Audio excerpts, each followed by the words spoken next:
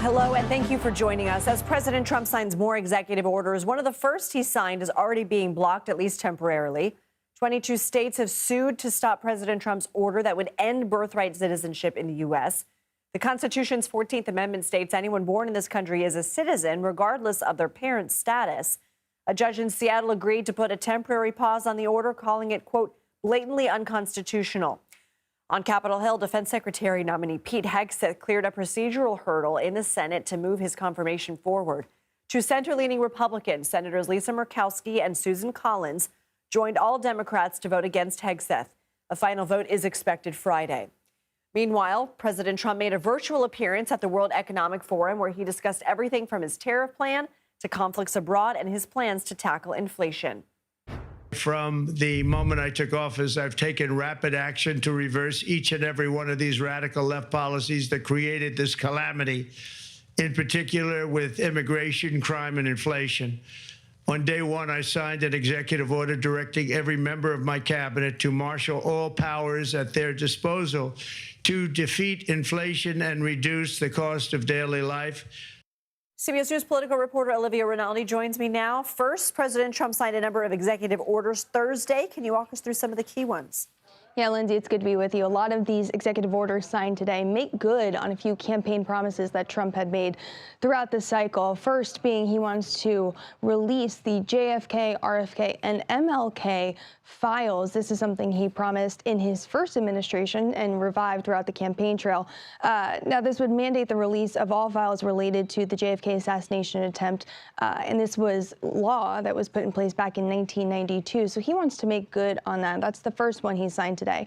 The second one would be to pardon this woman. Her name is Lauren Handy. She was an anti-abortion activist who was part of a group back in October 2020 that had blocked women from going into an abortion clinic in the state of Washington. This was something Trump had seen as anti-Catholic when Biden's Department of Justice had prosecuted her, and he had vowed to overturn that, to pardon her, rather. So that's the second thing he signed. And the third thing being a Bitcoin executive order. Now, this executive order would create a Bitcoin internal group that would help make the U.S. what Trump calls the crypto capital of the world. Now, people within the crypto space that I've talked to are extremely excited about this order in particular because it really legitimizes some of the cryptocurrencies that are out there. And Trump himself has called himself a friend to the crypto community. And this is something that is surely to impact them as well. Let's talk Pete Hegseth. We know that Senators Murkowski and Collins joined Democrats to vote no. He's still past that procedural hurdle. It's my understanding he can afford to lose one more so that Vice President Vance could still break the tie. Is there any feeling right now on Capitol Hill that there are enough lawmakers at this point to block his confirmation? Well, I think Trump advisors that I've talked to feel pretty good that he did clear that procedural hurdle. As you mentioned, two centrist Republicans, Lisa Murkowski and Susan Collins, were the ones who declined to vote yes on pursuing that nomination forward for Pete Hegseth. So, as you mentioned, they only need 3 to block this nomination, 3 critical votes that could tank this entire thing. They need 4, right? Trump's.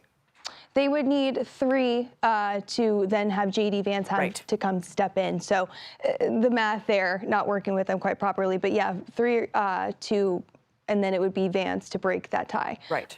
So they're holding strong. It seems like they do have the votes, and people I've talked to feel very confident that this is going to go through regardless. Okay, we will watch for tomorrow when that vote is expected. Olivia Rinaldi, thank you.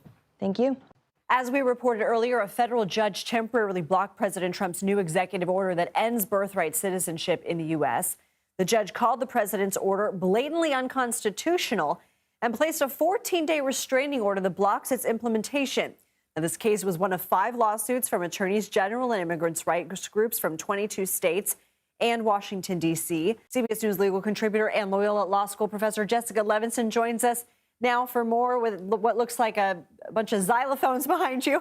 Jessica, what are your thoughts, first of all, on how quickly the judge came to this decision? I wish I could make some sort of musical analogy here. I mean, I think the judge came to the decision in this speed based on what you just read, which is he said blatantly unconstitutional. There's reporting that he said, where were the lawyers in the room? I know that we tend to overemphasize which president appointed a judge, and I'm going to do that here. But I just want to point out this is a judge who was appointed by President Reagan, who's saying, I'm looking at the Constitution, I'm looking at the understanding of what this constitutional language says, and no way, no how. And again, for a judge at a temporary restraining order to say blatantly unconstitutional, it is worth emphasizing that you don't typically see that type of language at this initial stage. The Trump administration argues that the states do not have the grounds to sue. Is that the case here?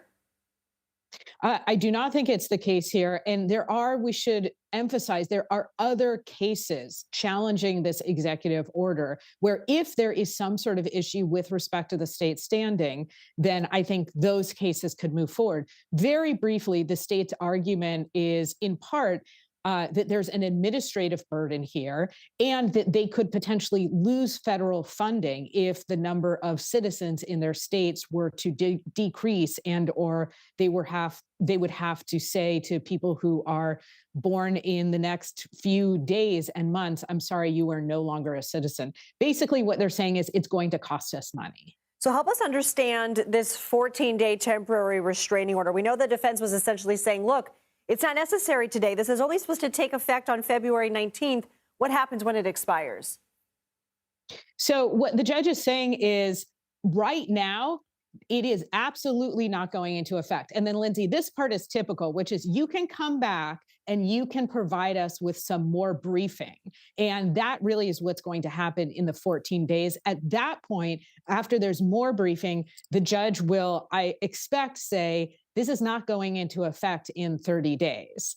And that's really the timeline here, which is right now, the court saying, we want to let you know, states, that we are pushing pause. So don't feel like you have to ramp up for this executive order. Then in 2 weeks, more briefing. And I expect, again, given the comments, given the language of the Constitution that you and I have talked about, given the cases interpreting that, I expect that the decision from the judge will be the same. This is a nationwide injunction. Again, let's all keep our eyes on the fact that there are other cases working their way through the system a bit more slowly, making very similar arguments. But we did hear at the top of the show, lawmakers say they are confident that they will not only bring this to the Supreme Court, that the Supreme Court will hear this case, and that the Supreme Court will rule in favor of Trump's policy. So I may have misheard, but I believe that lawmaker said this isn't legislation, this is an executive order. Let's remember, of course, that there's a hierarchy of laws, the Constitution, legislation, executive orders. You cannot executive order your way out of the Constitution. Now, the best argument that those in favor of this executive order are making is that the Supreme Court has been essentially wrong since the late 1800s in saying that what this language in the 14th Amendment says, which is if you're born on American soil, you are an American citizen. They're saying that's wrong because of the words that follow, which is and subject to the jurisdiction then subject to our jurisdiction.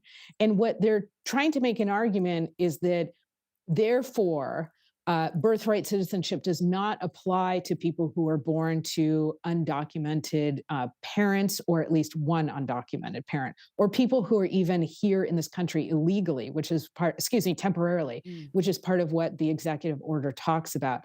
I think it's worth repeating. This has been the Supreme Court's understanding since the late 1800s.